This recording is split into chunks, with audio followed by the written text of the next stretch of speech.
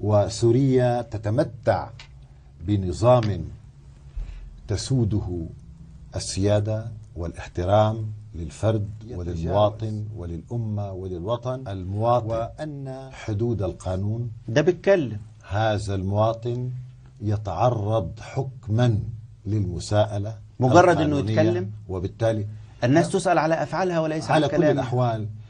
بعض الشباب الذين الآن قدموا للمحكمة بالتأكيد قدموا على أساس أنهم تجاوزوا القانون، الناس هؤلاء يحاكمون على آرائهم. علينا أن ننتظر محاكمتهم حتى نحكم بمدى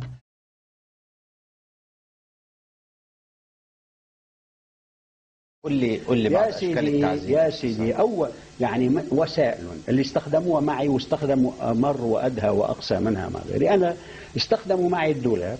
بيحطوا الإنسان، بيحطوا له ساقيه، بدخلوه داخل الدولاب، وبيدخلوا له راسه أيضا،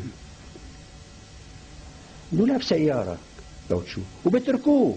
طبعا شلون بتخدر جسمه كله، لأنه الدم ما بيعود بسري مثلا للأطراف من تحت ولا الرأس وإلى آخره.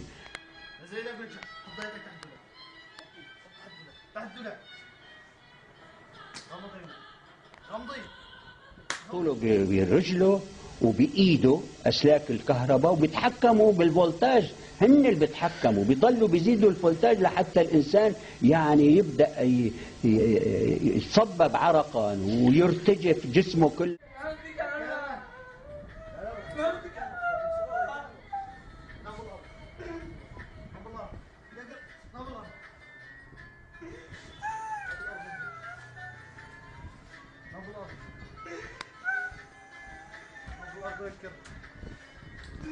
الله